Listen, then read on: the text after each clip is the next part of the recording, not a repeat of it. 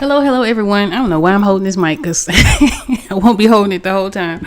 But my name is Brittany Lewis. I'm a professional graphic designer and illustrator. And Sundays is the day that I work on my dream project, the Cosmic Gateways Tarot. And this Sunday, of course, we're back on it, right? We're going to be working on the Four of Wands. I have still not completed developing the fives of the Cosmic Gateways Tarot. So until then, we have plenty of work to do on this one particular card. So we're just going to jump back in. Before we get started, if you would like to support me in any way, shape, or form, one of the quickest, easiest, and freest ways to do that is just to hit the like button. It helps me out so much. If you like seeing process videos and sort of live commentary on creating digital art, be sure to hit the subscribe button and the notification bell to know anytime I go live and post videos and all of the good things. So I hope you guys are having a great week. This week has been an awesome week, right? I've had a great week. So last week we talked a little bit about sort of pivoting in business and sort of knowing where to find your footing, sort of making time for your passions and things like that and your goals. And it looks like, oh, let me move this. There we go. Making time for your goals and all of the things that sort of comes along with navigating life, right? When things get hard, just sort of lean into the things that you're passionate about. And so this week I have made some progress on some side missions. I mentioned a little bit of it last week, working on side missions, but this week I actually made some progress on it. So I'm really excited that it's sustaining me in a big, huge, major way because things are starting to sort of fall into place. And when that is ready to sort of launch, I'm super excited to share like what's going on behind the scenes and what I've been sort of in the process of developing. But all of this for me has started like years ago, right? So we talked a little bit about my journey as an entrepreneur being a journey of just sort of finding again my footing, deciding what it is that I actually want to do within my skill set and within the thing that I actually love, which is creating. No matter what that creation is, no matter what form that takes, and sort of finding a way to monetize that, not only monetize that, but just sort of do something that I genuinely enjoy with the skills that I have. So again, this project is a great example of that. I began this project, for those of you who are new here, in 2019, the end of 2019, and I worked pretty steadily on it through the years. For sure 2020 slowed down a bit, 2021 picked back up, 2022 slowed down significantly, 23 picked back up, 24. And so it wasn't until I sort of made the time and the space to actually actively work on this particular project that it really kind of took off in terms of like making progress. So the side missions that I've been working on are in sort of somewhat related to the Cosmic Gateways Tarot. Some of the things that I had planned on and dreamed, some of the direction that I want to take this particular project, or things that are adjacent to this particular project. And so I've made some progress this week on that, and I'm really pumped up about it. It's nice and it feels good to be genuinely excited about something new and to like complete aspects of that, right? So all of this is all of these things, the Cosmic Gateways Tarot, the side mission projects, all of the things that I have going on in the background are just sort of bits and pieces of this larger picture that I see for myself. And so to have that, progress be made, it's definitely been pretty awesome. I gotta say, it's been pretty awesome. So I hope that you guys from last week have began, or just from watching this, have began working on some of your dream projects, because I would love to know that things are shifting and changing for you because you're deciding to lean into your passions. And if you want to come on here again, always make this offer, and I mean it. If you would like to come on here and chat with me about some of the things that you're working on, I would love to have you on. I would love to, I don't want to say pick your brain, but I would just love to have you on so we can talk and vibe and grow and build and all the things together. So I'm hyped, right? I'm really excited about what's been sort of happening here lately, because again, it's sort of that, I don't know, there's something about finishing something that you start, even if it's something, especially if it's something that you started like years ago and you like finally got it done. It feels so fantastic. It feels quite amazing. So again, I hope you guys are having a good day, and I can't wait to share some of that with you. Right? It ain't ready yet for me to do, but when it is, I think that people, especially if this is the project that you really resonate with. If this is a project that you have been really interested in getting your hands on, these side missions, I think you'll really enjoy. Right? All right, so today we're just going to be working on the leaves. Now, Wednesday, just in case you missed it, for Bring Your Own Project Live, I worked a little bit on the vines in the background, and I started on the leaves in the background as well. Now, again, in this particular image, some of the workload is going to be cut in half because I'm working with the symmetry ruler. The entire picture won't be created with the symmetry ruler, and that is for a reason. For one, there are other things going on within the image, so it's not necessary for me to do that. But also because to me, it's very obvious when I see work that's created with the symmetry ruler, but they didn't go back to shift certain things within it. So if you only work with the symmetry ruler, for me it's very obvious to see, and it tends to look very stiff. But in this case, I really want the background. I don't want to have to paint these leaves twice, right? So I want the background to be able to be done as quick as possible. And some of it should be in symmetry. Again, fours with tarot deal with stability. They deal with sort of that equality, sort of that symmetrical energy. So it fits, right? It definitely fits the card. And because this scene is sort of a marriage ceremony or a wedding ceremony, they're jumping the broom. I think it's nice to have that symmetry in the background, the vines in the background, the leaves, the bouquets, not bouquets, the bushes and all of that. It makes sense to the scene. So again, but for practical reasons, just to cut my work in half, I am going to be completing the entire background for the most part with the symmetry ruler. Now that's going to include these leaves that I'm working on, 2 of the pillars, right? The bushes sort of just behind the scene. And then once we get up to the foreground with the canopy and the red flowers, and I'll show you how that looks in the reference image.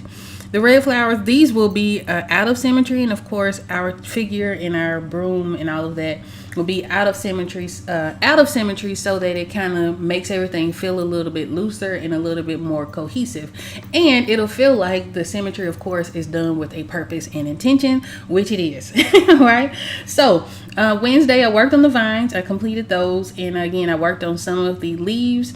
And then we'll just kind of pick back up, and I'll just sort of move around as we chit chat, and I'll explain a little bit about what I'm doing. So you guys will hear me say this a lot. I don't know, I should probably change the way that I approach saying this, but for the time being, landscapes typically are the area of art that I could use some improvement in, right? And I'll say landscapes in the abstract. So if I am painting like a larger scene and I'm trying to like articulate bushes and things like that, think Ghibli films. For those of you who are familiar with Ghibli films, My Neighbor Totoro, Princess Mononoke, those kinds of films, they do backgrounds extremely well where they're articulating bushes and trees and forests and all of these things in a way that the shapes are very organic, the shading is very well done, all of that. You don't necessarily see like leaves like the ones that I'm painting now. They're very abstract in a way, right? With those types of backgrounds, I tend to have a little bit of trouble, right? So last week I mentioned having coming back to show you how I will study those, and those will be ones that I do study because I do appreciate and love the style of Ghibli landscape images. So when it comes to abstract backgrounds, when it comes to abstract bushes, which I have some in the background, I do tend to struggle a little bit with that, right? But anytime that I can articulate leaves, just like I can articulate a face where I can draw in details, even if it's squiggles, so I'll just kind of zoom in so you guys can see exactly what I mean, because it'll look like something, but they're just lines and squiggles and things like that. But when I zoom out, it looks exactly the way that I want it to look. I do really well with this. If I can see the detail clear enough, just like again, I can see a face clear enough, I can replicate it pretty well, right? So this was a task that I set up for myself, or this was the task that I set up for myself for this particular image. And I think it lends itself well. I don't think this particular composition would have done well with the abstract type of leaves and things like that. I could have fudged it, but I think adding the detail, sort of taking the time with it, is going to add another dimension to the meaning of this card. So I'm really excited about that. So I'll show you just a little bit about how I am going to do it. Now again, I'm not going for extreme realism when I approach something like this, especially faces, right? So I'm looking at this as a face, even though these are leaves. When I am approaching leaves, when I'm approaching sort of objects where I can see detail, I'm really looking at the shapes, right? I'm looking at the overall color and I'm looking at the shapes. I'm not super interested in getting it exactly right. I'm not super interested, especially for this particular part of the page, in getting like the exact like lumps and bumps and all of those things. That's not super important because again, this is a small part or a small aspect of an actual card, and the cards are going to be relatively small. And I keep meaning to have some cards to show you the size of this particular project, and I might pause and go get some just to show you, but these are going to be printed or intended to be printed relatively small, so I don't have to give it like my full attention to detail and do veins and like bugs and all of the things that come along with bushes and trees. But what I will do is sort of lay in lines. Now earlier when I was sort of explaining a little bit about my side missions, right, what I did was I put down a base color for this particular leaf here. And then let me make a lighter color here for this particular leaf, right? And then I just sort of laid in lines that told the same story as my reference image, right? So that's sort of what I'm going for. And I'll do that for each one of these leaves. Now, it is a slightly tedious job. It is. And that is just the sort of the truth of it.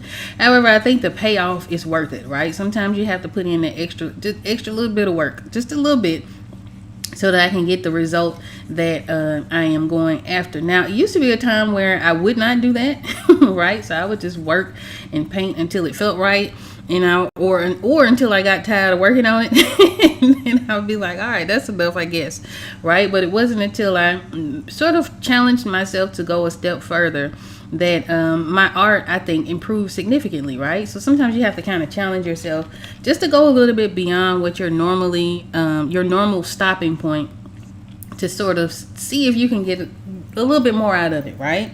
I had a teacher in college who would say that anytime you would get stuck on something, because I would get stuck and I'd be like, well, I guess I'm done, right? I guess that's the universe's way of saying, you done, you got to worry about it no more. Move on, let's move on to the next thing. But I had a teacher in college that mentioned or sort of drove into our minds that if you get stuck, just sort of give it an extra hour. And that is a philosophy I think that has stuck with me, and I think it shows, right? So anytime I sort of get stuck on something, if I get stuck to the point where after that hour it doesn't work out, I'll take a break, of course, but that's not often the case. Generally, if I give it another hour, a little bit of time, just a little bit more effort, even if I'm just pushing and pulling colors, moving things around, things tend to sort of work themselves out, right? And it's odd because what will happen is I'll tend to sort of run into a happy accident. That's for me how happy accidents work. I'll try something. I'll say, okay, well, let me see what it'll look like if I put this here. Sometimes it's intentional. A lot of times it's not. So we'll have those happy accidents that'll take place. And that happens because I allow myself to sort of keep working and keep going on it as far as I can, right? So long as it's not becoming super frustrating or anything like that. If I can keep going on it just a little bit longer, it usually sort of works itself out. So again, what I just did was sort of laid in. I'm going sort of after this leaf here. I'll zoom in just a bit for you to see. I'm going after this leaf, right? I'm not necessarily going for the exact leaf, right? But I will pull colors from it. And that helps me sort of not manipulate, but it'll help me create the illusion that this is a real situation, right? These are real leaves. This kind of helps me get a layer of, or a sort of aiming for realism in a way, even though this is all sort of stylized. Going for the actual local color, meaning the colors that are present in the reference image, the colors that things actually are, sort of helps me create that vibe of realism within the card, even when I have my own sort of artistic style, even when I am stylizing things again where I'm not necessarily going for exact. Doing that helps out a whole lot. So that is a trick that I often do and would suggest you guys do. If you're working with a reference, pull colors from the references, right? Pull colors from the references. Use what you have, and actually look for colors. Look for references with colors that you enjoy, right? So usually when I'm looking for references for my artwork, what I'll do is search for different elements, right? So when I was looking for references for this particular image, I was looking for quite a few things. I was looking for the canopy. I was looking for colors, thinking about the larger sort of picture, right? just like my side missions, started different things, thinking about the larger goal and the larger picture at hand, right? Looking at the big picture. So I'll look for references that might have a light that I like, right? It might have a pose that I like, and maybe I want to change the colors of the clothes or anything like that. I'm looking for references specifically for elements of those references. I don't necessarily, except for in this case, well, and even in this case, but except in this case, I'm not really looking to do exactly what I see. Now, I did put together this reference because I like the canopy was something I added on, but I like the sort of archway, the walkway. I like the bushes. I like the colors. When I came to design this particular image, I wasn't aiming for drawing the exact image, right? So things will change. Now, I do have the same bushes, but what I did was actually split this image in half, and I was like, okay, I really like the left side of this picture better than the right.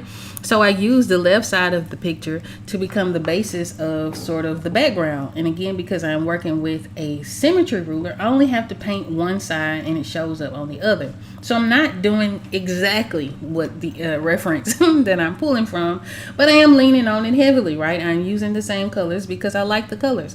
Now, if I wanted to change them, I could have gone into Affinity Photo and adjusted the tones and then different things like that, but it served the purpose that I needed it to serve.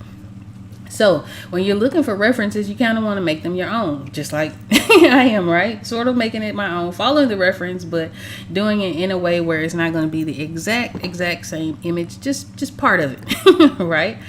So you want to do that. You want to be very intentional about the references that you find, the references that you use, because that will make your art uniquely yours.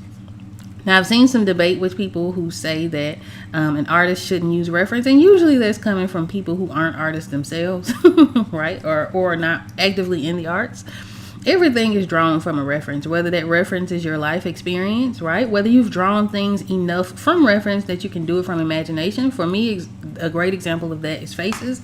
I've done enough portraits in my lifetime where it is very easy for me to draw a face, right? I can make up a face, no problem. I know exactly where the eyes should land on the face, how the nose should land, how the crease in the lips, how the chin and everything sits on the face. So it's not very difficult for me to create a face from imagination. But that came from years and years of practicing drawing actual people, right? So even the artists that we see that do like amazing work and it's also imaginative and all of that, those things came from study, right? That you kind of have to build up to a point where you're comfortable enough or you have enough of a knowledge base that you can draw from imagination. That's sort of how it works. So I'm definitely pro reference. And I encourage a lot of you guys, I know a lot of you guys are artists and getting into digital art and you're studying and getting better and all of that. Don't be afraid to go find you a good picture to draw. As a matter of fact, when I was in school, a lot of what we did was drawing from reference. So I started taking art very seriously when I was about 16. And my school was very small and underfunded. So we only had one art class and it was Art 1. So I took Art 1 twice, not because I didn't do well, because I loved it so much, right? And the teacher that I had at that time from 11th to 12th grade really took a nurturing liking to me, right? She really sort of helped me develop my skills. And so one of the things that she always assigned us throughout the year was to find some art that we enjoyed and replicate it, right? So we would replicate that art, and in doing so, you learn a lot. You learn a lot about shape and form and color and composition and all of the things, right? Now, you may not have had the terminology because I didn't have the terminology for it then. And I didn't even know that that's what I was learning at that point. That didn't come until a little bit later, that realization. But we would draw other art, right? We would draw other people's art, and that would sort of help us. So I have a son who is 14 this year, and I'm having him learn art exactly the same way. I want him to be able to draw from imagination and draw from the things that he enjoys and things like that. But also, hey, let's go download a picture of Powder Toast Man, right? So he did a picture of Powder Toast Man for my husband, or I'll have him draw different things that we see just so that he can kind of get in the practice of, using a reference. Because from there, if he continues to be an artist, if you guys continue to be an artist, you'll have all of that inside of your mind to pull from and to be influenced by as you develop your own style, as you develop your own taste. And so you'll get to a point that whatever you're practicing the most will become second nature, right? And so then people will be looking at you like, oh, she don't use references. Artists don't, that's where that thinking comes from. But all of that is a process of development that you have to intentionally take. And oftentimes studying other art and studying other artists is probably one of the best ways to do that, right? Another way to develop your artistic skills to get to a point where you can draw without using references or things like that is to draw from life, right? So in college, what happened was that we would have a lot of life drawing in my class, and that would be in actual drawing classes. We had painting classes and things like that. But what would happen is they would bring in a model, and often a nude model. So they would bring in a nude model, and they would pose for a set amount of time. Sometimes it would be 5-10 minute poses just to sort of get you warmed up, and then it would go into these longer 30-minute poses, and that was a way for us to learn form and to learn shape and to learn gesture drawing and making very loose sketches and things like that. So again, fast forward 20 years later, right? It's not very difficult for me to draw bodies. It's not very difficult for me to draw people with or without a reference because I had practice in doing so. So drawing from life is a very good place to start. Now, I like to go to the zoo and draw, right? It's one of my favorite things that we've tried recently that I really, really enjoy. So what we will do is we'll go to the zoo. We'll take our sketchbook, right? We'll take some color pencils or some, black and regular gray graphite pencils and things like that, and we'll sit and draw the animals. And that's one way to approach it. You can go to the park and draw. You can go to coffee shops and draw. I've seen people draw on trains. I've seen people draw just sort of out in public. I've seen people make, of course, videos of, you don't have to go that far, but just sit and draw. I remember I was at a conference with Laila Africa a few years back. And at that time I was, I think this might have even been around 2019, 2020, maybe 2019 or so. I don't think it was 2020, but it was shortly before he died. So whichever year he passed away, it was in that same year. So we went to this conference and I had my art set up, but around me there was a lot going on, right? There was a person who did a yoga demonstration. There were different booths and people and all of the things just sort of happening within this space. With me, anytime I go to a festival, anytime I set up at a market, anytime I sort of am out and about where I know I'm going to be sitting for a while, I have my sketchbook and I will legit draw and doodle people that I see out and around, right? And so just doing that, and you can do it inconspicuously. You can do it where you're not like staring at the person to let them know that you're drawing, but you still practice sort of drawing people as they move and as they are fluid and as they're sort of existing within this space. That is a way to develop your skills as well. And guess what? Those are references, right? They may not be image-based references. They may not be, references that you download from the internet, but you're drawing from life, and that is a reference. So I am pro reference. You guys will see me, and as you have seen throughout the journey of this Paint With Me live episode, as we are on, I think, episode 53.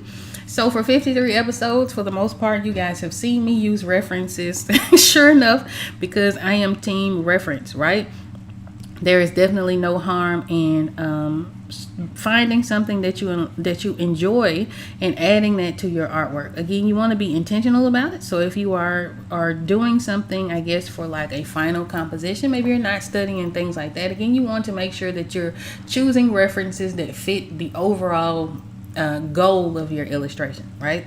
So again, with this one, I wanted to be sure to have something that looked like a wedding space, right? And to that, I added the broom from a different reference, and I created my models in Clip Studio Paint with the 3D models to sit within this space.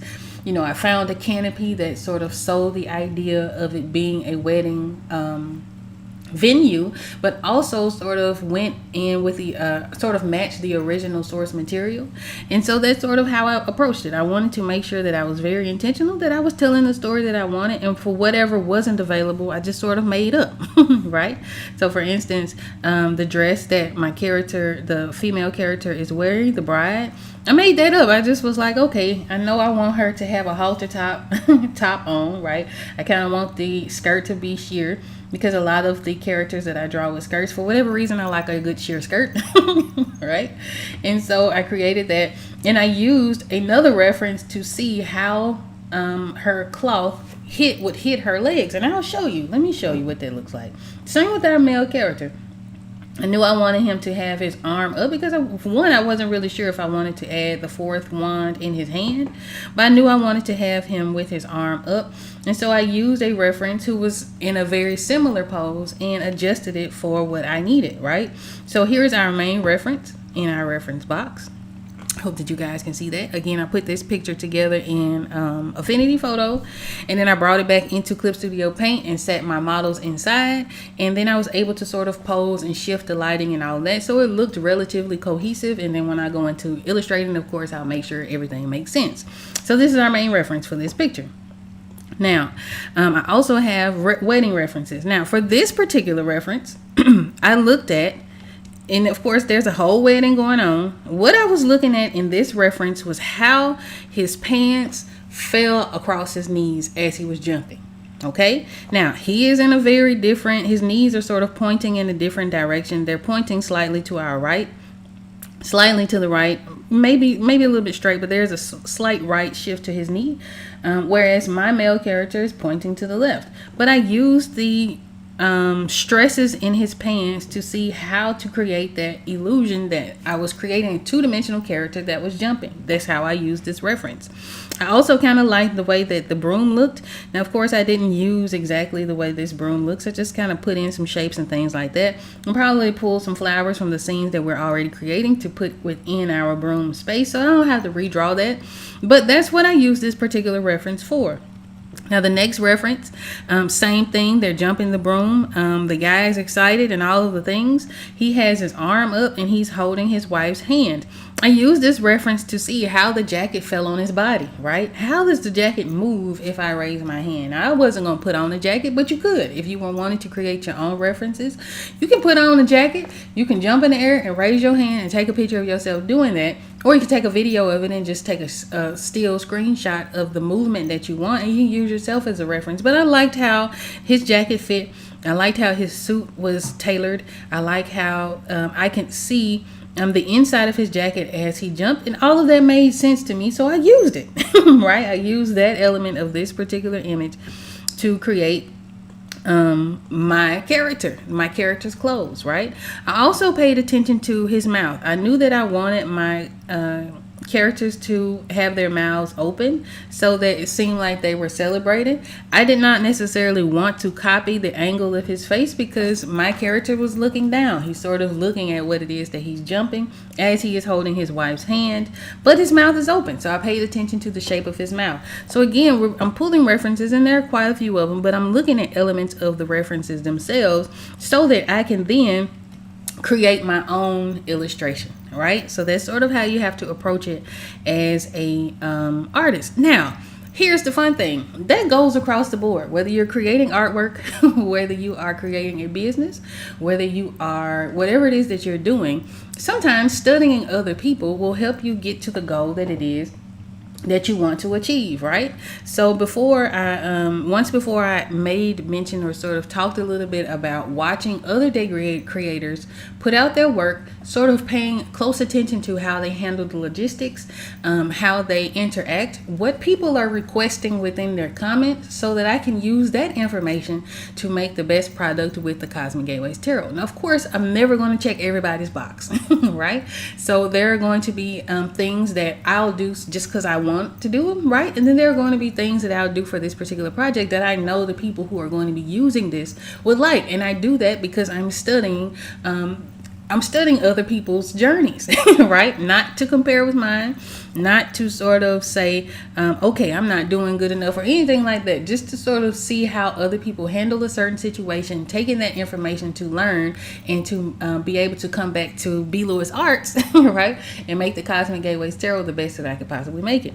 So a great example of this was I talked about this a little bit. There was a deck that came out a couple years ago where the artist wasn't necessarily in the tarot community at all. I don't think he read tarot. I think he just wanted to, and I remember him mentioning this, wanting to produce a body of work that was functional that people could have, right? So he made his deck.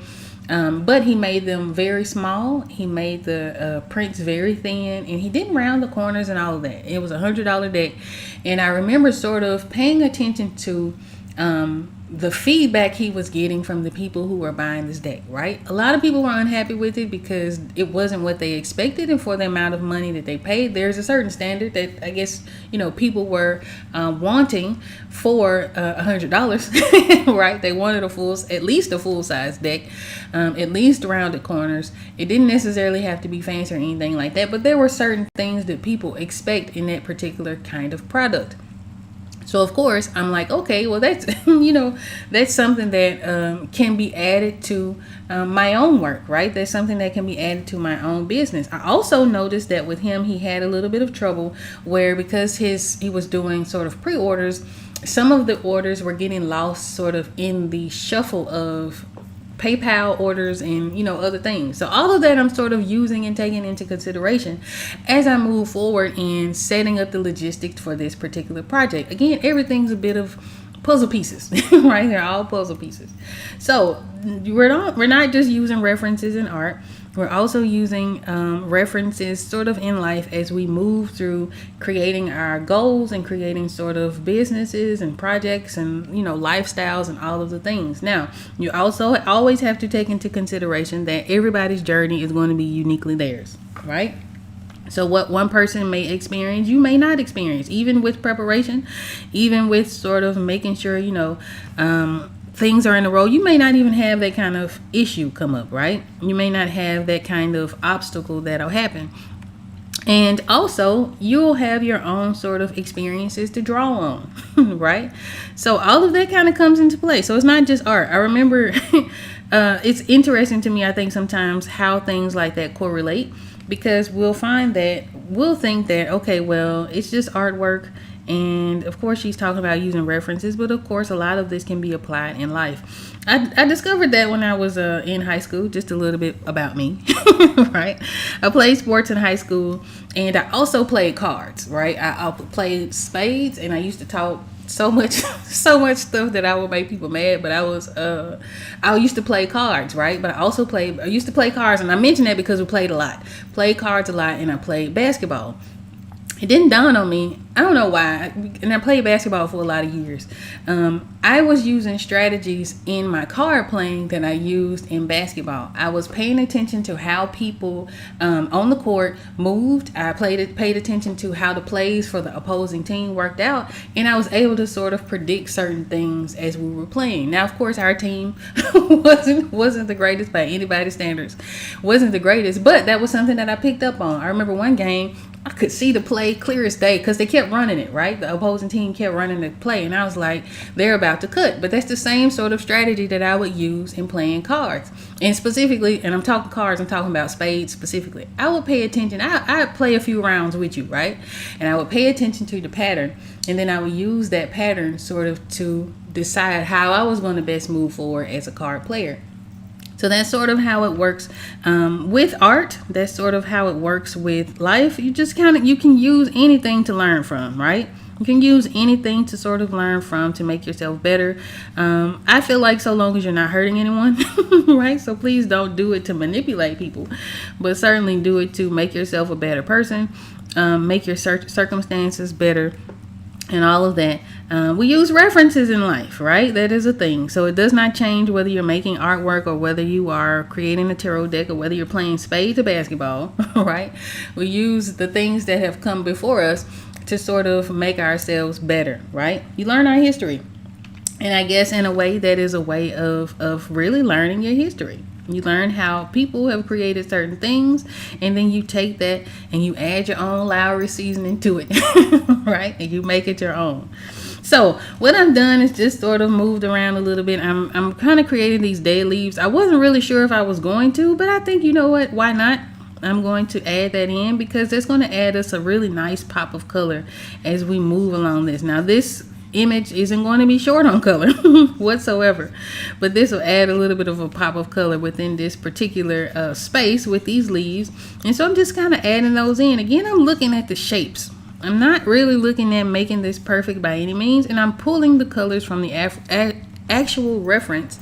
So again, I can kind of create the illusion that I know what I'm doing, right? I can create the illusion that this is exactly the way that I mean to draw it. And of course it is. And I want it to look stylized and all of the things. I'm not reaching for perfection in this particular aspect of the image. In any of it, really.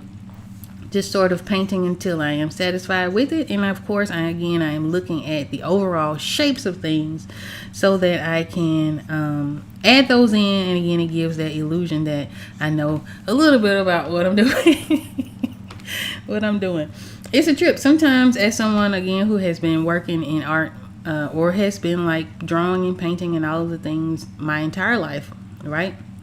I'll have days where I'm like, I don't think I can draw whole thing good. Right? Which sounds silly. I'm just sort of making shapes and making it make sense and making it do what it do. But I think there is a certain amount of skill that comes with it. All of it is really due to practice. A lot of times I'll go to conventions and things like that. And I guess it's because, especially early on, I looked way younger than I am, right? So I would have people come up and they would assume I was maybe in my early 20s, especially in the early days. So I started conventions 2014. So they would come up and they'd be like, oh, that is so wonderful. You're so, they talk to me like I'm a kid.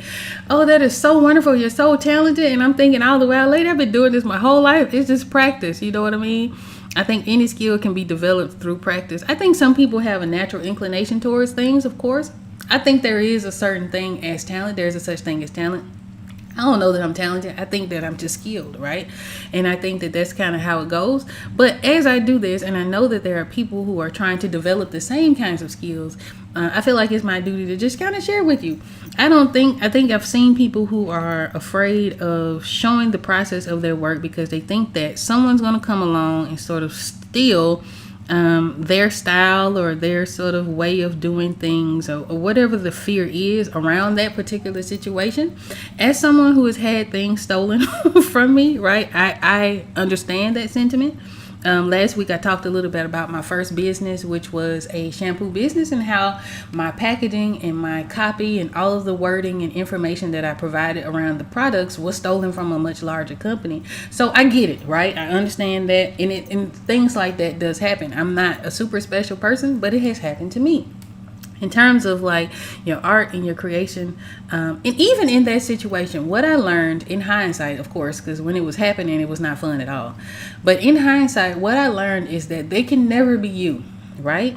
So as I'm showing my techniques, you'll have your own flavor to add to this. You have your own way of holding a stylus. I might hold it like this when my nails are done. I might hold it a little bit different, but you'll have your own way of holding your pencil. You'll have your own way of holding your stylus. You'll have your own point of view, your own life's journey, your own experiences to add to your artwork. So I personally have absolutely no problem with showing the process of how I create things because I want you to be creative too.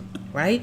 I want you to find your own style. I want you to develop your skills. I want people to come up to you and be like, oh, you're so talented. And all the while you like, lady, you don't know how much practice I'm putting in to get to this point in my sort of career and practice and things like that. I want you to get to that point too. Right? And that's specifically for the people who are new artists and all of those things, right?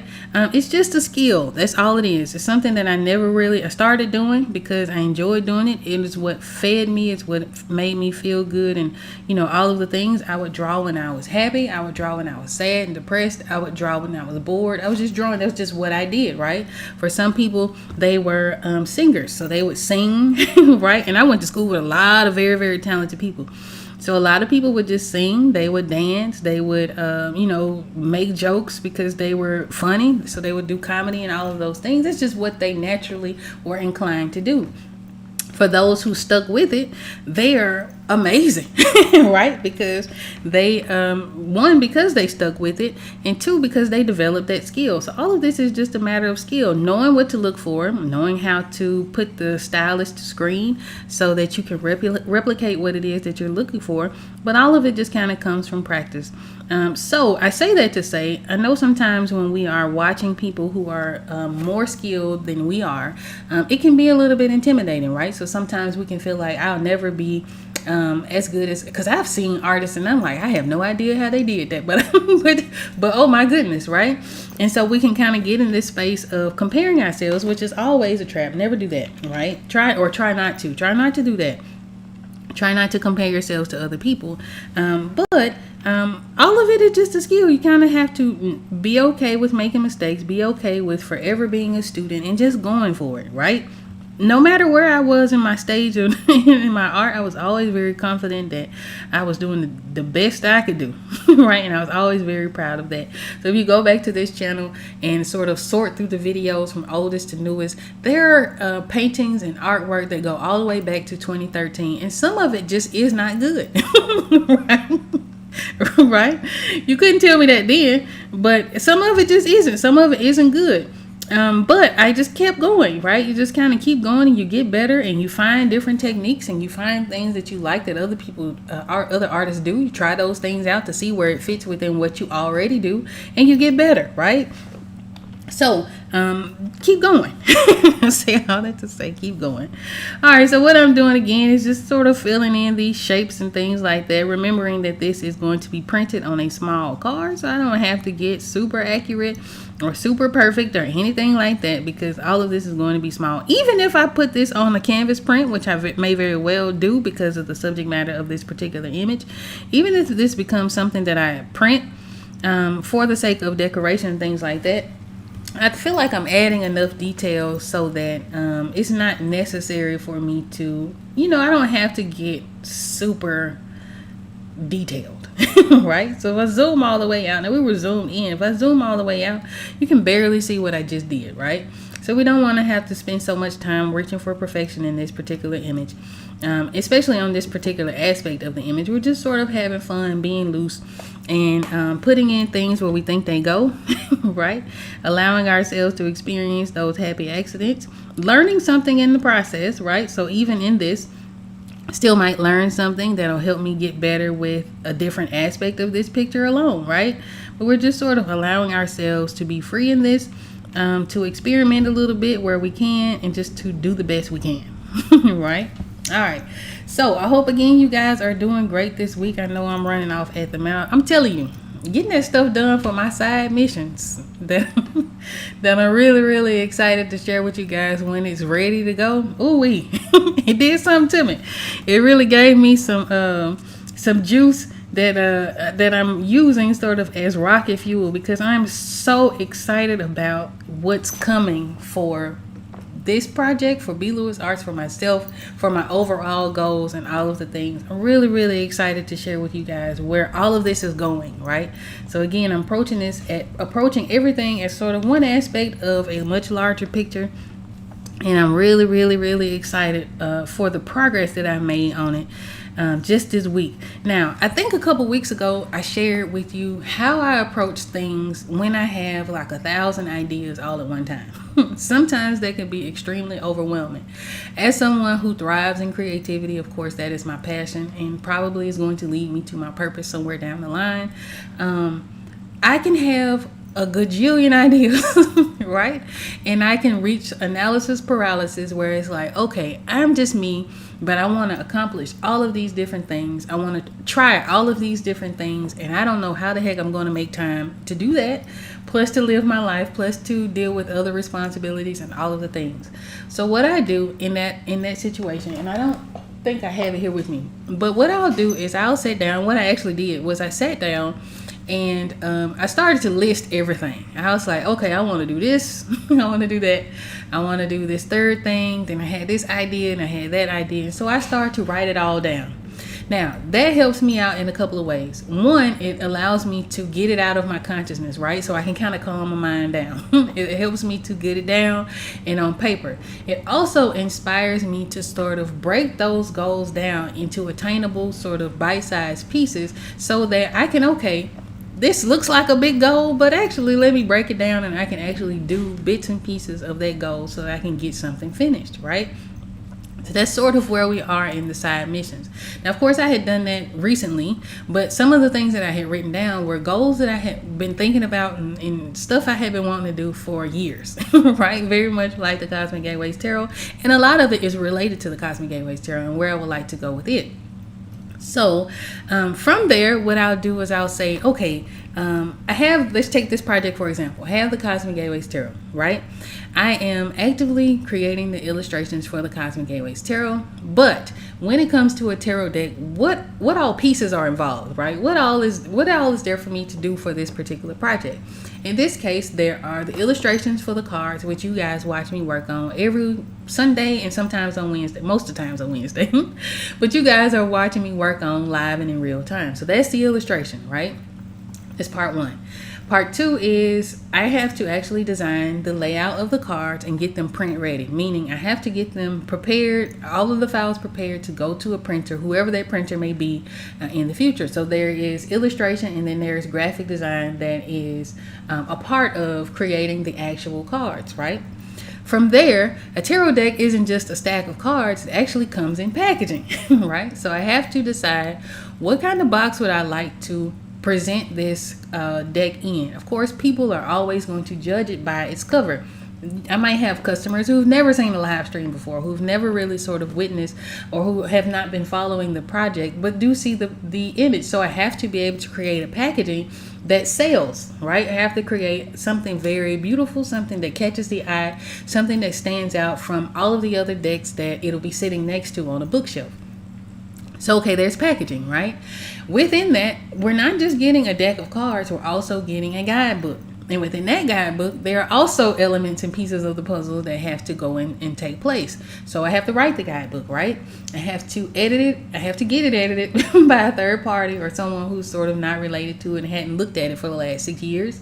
I have to design the inside of that guidebook. I have to design the cover of that. Have to lay everything out, get all the files ready for print, make sure that the scale is right, which also affects the size of the box because however big or thick this book is, the little white book will affect the size of the box because they'll have a stack of cards and of course you'll have the book inside, and so all of that sort of intermingles and kind of goes together. So we have that. We also have what else? Advertisement. I have to get this out, right? I have to get it printed. I have to find capital to get it printed. I have to go through all of these things. So there are lots and lots of aspects just to put together this one project, right? That's just part of, and that project is just sort of part of a larger whole. Think about the solar system, for example. It's very similar. So our planet Earth is one planet within this larger system, with this one sort of galaxy within this larger system, and so on and so forth. And so it kind of grows exponentially. So there are pieces to this puzzle, right?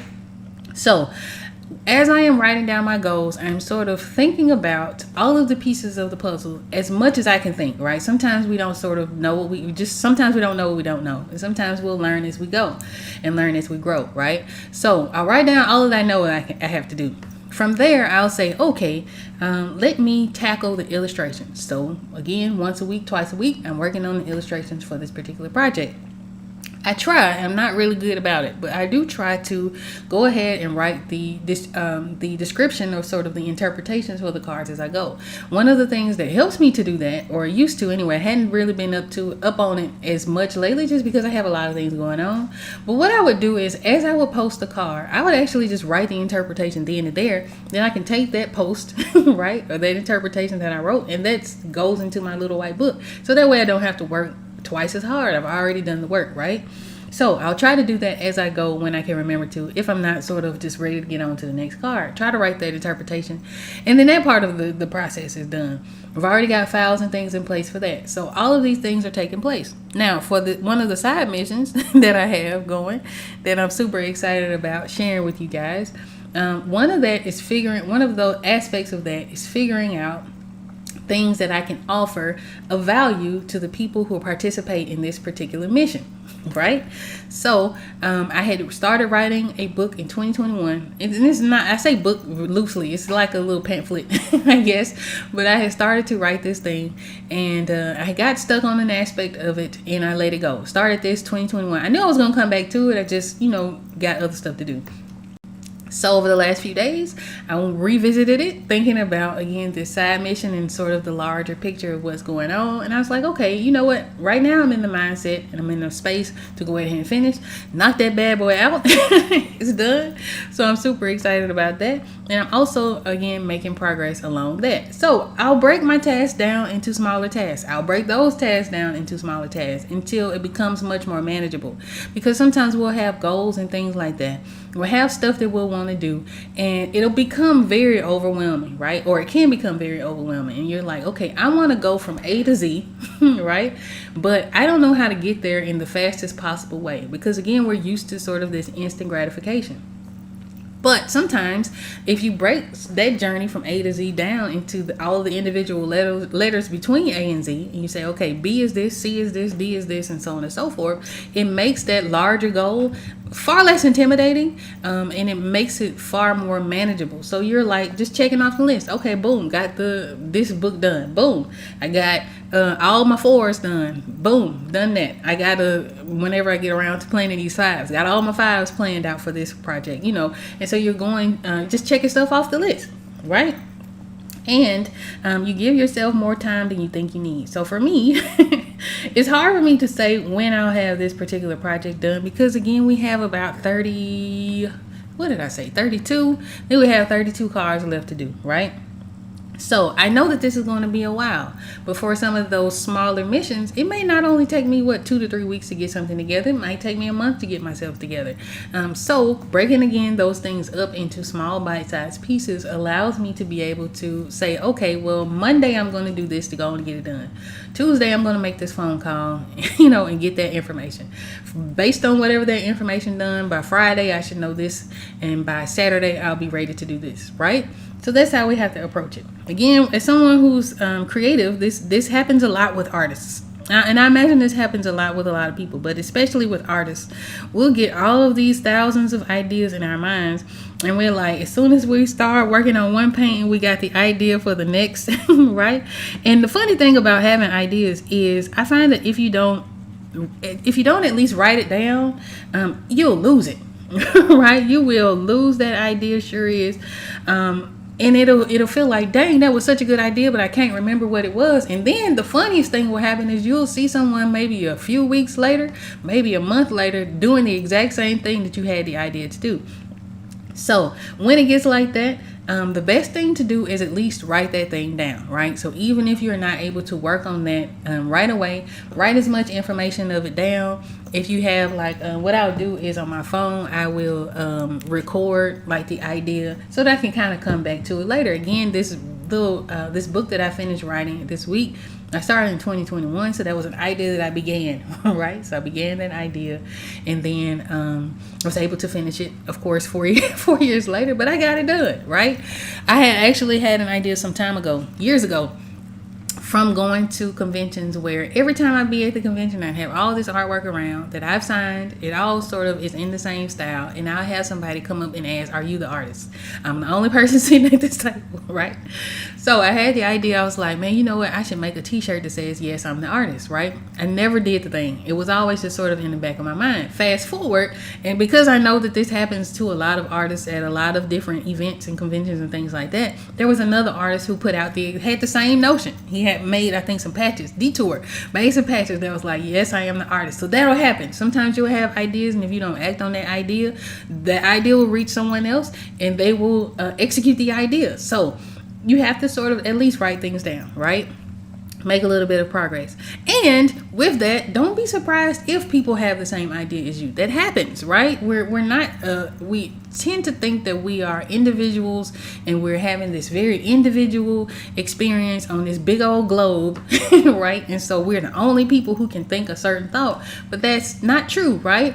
That's also very unrealistic. Chances are, if you're thinking a thought, if you want to see a thing, if you have a certain interest, somebody else is likely to have that same interest. So I think sometimes people kind of get in their egos and they'll say, well, I had this idea first and so came and copied it. Now, that's not to say that that doesn't happen, because it does. Again, I have had a personal experience with that, right? Someone actually actively following the work that I was doing, and because I wasn't a huge company, took advantage of that and used that information to sell their own product, right? That has happened. So that does happen, right? But more often than not, people are not, they ain't checking for you. You know what I mean? They're not following you to the point where every thought you think, they're in your head and they're going to put it out because they stole your thought and all this. It just doesn't work like that, right? If you have an idea, chances are especially if you don't act on it, chances are someone else has that same idea. So you're never an anomaly in that sense. So that's sort of one of the things that I sort of carry with me as I work through the Cosmic Gateways Tarot. Sure, I want to see this particular deck, but because I know I am not this super individual grain of sand on this big old globe, and I'm the one speck of black sand in this big white sea, right, or this big white beach, right, that I'm the only person who wants to see something like the Cosmic Gateways Tarot, that doesn't make sense. Surely someone else would like to see it, and surely someone else would resonate with it. So just do the thing that you are into, and you'll find sort of people who will connect with you on that level. Right? So when you have ideas like that, at least do something towards it. Otherwise, chances are somebody else is gonna have the same idea, and they're gonna do it. Now, even with that, right? You take that a step further. Even with that, you can still keep going, and you can still try that thing from your own unique perspective, right? So I take the grocery store for as a great example. If you go down the bread aisle, there are probably 5 to 10 different brands of bread. It's all bread, right? You'll have your healthy bread, you'll have your dollar buns, you'll have this bun, you'll have all of these different things, but just a whole aisle of bread, right? Created by all of these different companies. Some of them might be created and baked by the same company, but distributed under different names. That happens, right? But you have all of this variety of the same product, right? You go through the shampoo aisle, you have all of these varieties of shampoo that people can choose from and buy. So as someone who is putting out something, don't be intimidated, or don't be afraid, or don't be discouraged when you see someone put out something similar to the thing that you want to do. Do it anyway, right? You have your own unique perspective. You have your own unique view of the world. You have your own unique process. So don't let that happen either. I know a lot of times, especially if you don't know people who are doing the thing that you want to do, we can again get sort of trapped in this sort of egoic thinking that we're the only person who has this one idea, or we're the only person who is sent to earth to do this one thing, right? When in actuality, variety is not necessarily a bad thing. You'll attract the people who are meant to buy from you, who are meant to patronize your services, who are meant to be in your circle and in your space and all of the things, and connect to what it is that you're creating. So do it anyway. All right. So even with the artist who did the yes I am the artist, why wouldn't I? If that's what I felt like I should do, shoes, I could bake little buttons. Right? I had the same idea, I had the same experience. Why not? Right? I don't feel that it is my calling to do that, but if that were something that I wanted to do, you could. If you're wanting to do your own tarot deck, your own oracle, and you're watching me and you're like, oh no, I can't do a black tarot deck because Brittany over at B. Lewis Arts is doing one, and it's Afrofuturistic and it has all of these elements. Do one anyway. Especially in this particular industry, because there's such a huge void in representation in that space. If you're wanting to write a sci-fi novel and you've learned that who is it? N.K. Jemisin. N.K. Jemisin is like a great sci-fi fantasy novelist, and gosh, I can't do a novel about the sun because N.K. Jemisin did one about a dark sun and all of these things were happening, but I can't do that because it already write the story. Right? Write whatever story it is that you want to tell. And do it from your own perspective. Now, don't go after something thinking that you should just copy someone. Do it because you want to do it, and do it because it feels right for you, not because you see another person succeeding in that and you think, well, I'm going to get in where I fit in, so let me try it anyway because they're doing well. Make sure it's something that you actually want to do, right? So, all right, back to this.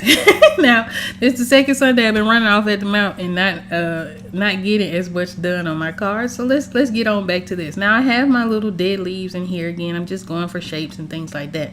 Now I do have a green sort of tone to cover the gist of the shapes, and some of that I'll let bleed through. So as I am working on this dead leaf space, I left a little bit of that, and it'll peek through a bit, right? It'll peek through just a little bit.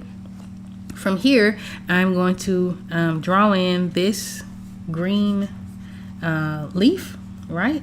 Which is sitting somewhat in the dark. It's not a very bright leaf. I'm just going to draw this in. And this is what we're going to do like this. Just looking at the shapes. Again, not reaching for perfection at all. Right? So, yeah, you have to sort of take a chance and bet on yourself. And you have to have a certain level of belief within yourself as you're trying new things that surely you're going to make mistakes. That's just life, right? We're going to make mistakes, right? But be open to learning from those mistakes and analyzing those mistakes. If I make a mistake, okay, why did this thing not work out? Is it worth me moving forward in it, or should I find a different solution, or should I find something altogether different to do? You kind of have to be open to that. And just enjoy the ride, right? I'm starting to think that at the end of the day, none of this is going to matter, because we're all going to sort of come to an end, right? But while you're sort of living in this space, try your best to enjoy each moment of it, right? Try to enjoy creating, try to enjoy learning things, try to enjoy meeting people and having new experiences and sort of telling your story.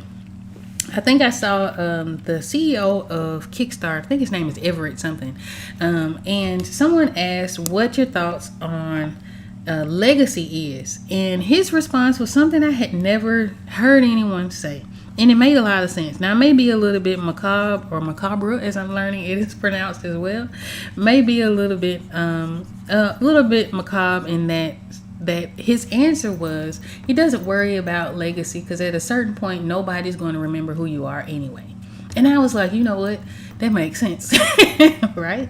So just live your best, live the best that you can, do the best that you can, and just do the things that bring you joy, right? There's so much out here that is going to try to stress you out and try to sort of knock you off of your path and try to sort of shift your perspective. And there are going to be times where it is necessary for you to feel less than stellar in any given moment. And that's okay. That's part of life. You're not always going to be happy all of the time, right?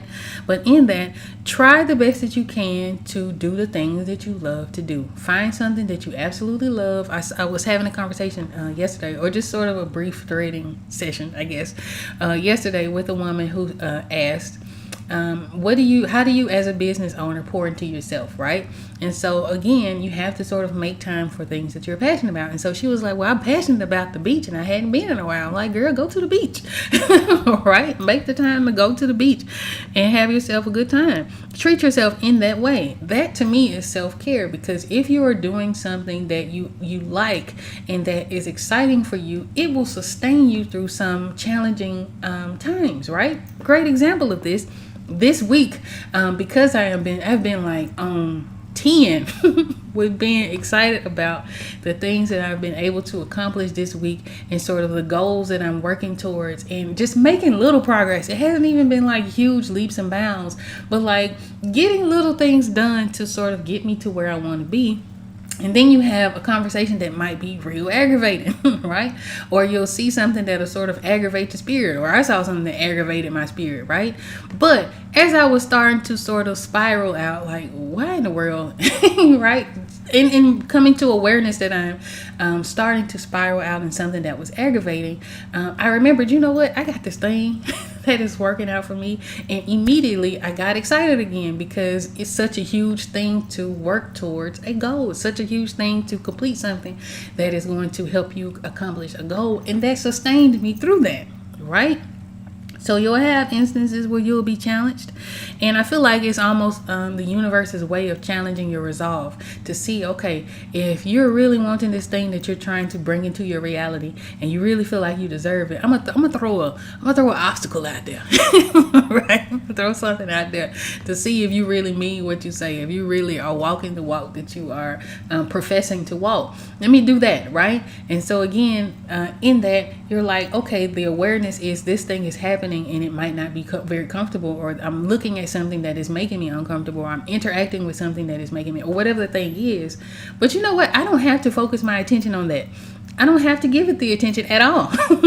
Right? I get to move on and choose what it is that I direct my thoughts to, what it is that I direct my attention to, and from there, things get better, right? So it's like compound interest, right? So if you choose to focus on things that make you feel a certain kind of way, or you choose to focus on things that sort of bring your mood down, it'll compound. You'll find more and more stuff that'll irritate you. You'll find more and more stuff that'll sort of rub you wrong.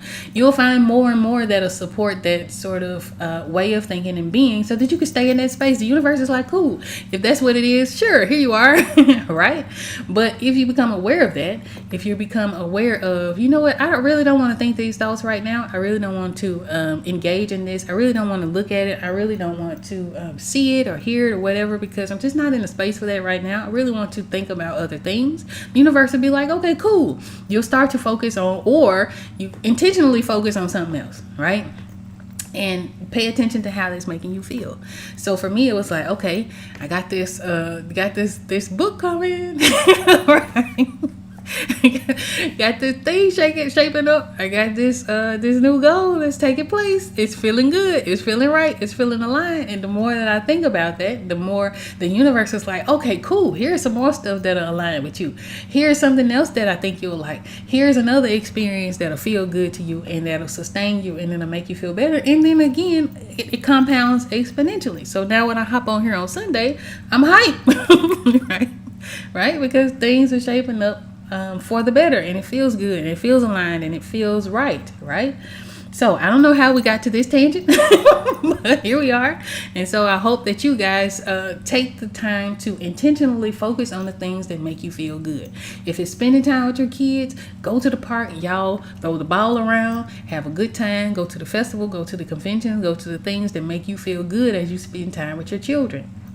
If it is running a mile a day, and maybe you hadn't been able to do it lately, say, okay, Monday is coming. Monday afternoon when I get off from work, I'm going for a run. I don't care what else is going on. I'm going for this run. That's what I'm going to do, right? If it is learning to draw, you say, okay, I got school, I have work, I have family, I have bills, I have this, and this. But you know what? This week, and I'm going to pick a day. I'm going to pick Wednesday. Wednesday, I'm going to hop on live with Brittany on B. Lewis Arts, and I'm going to participate in Bring Your Own Project Live. And if she's drawing, I'm going to be drawing, right? So you have to make that time. Don't say one day.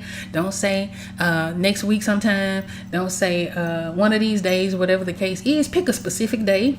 Pick a specific time. And then when that day and time shows up, do the thing you said you're going to do. Right? All right.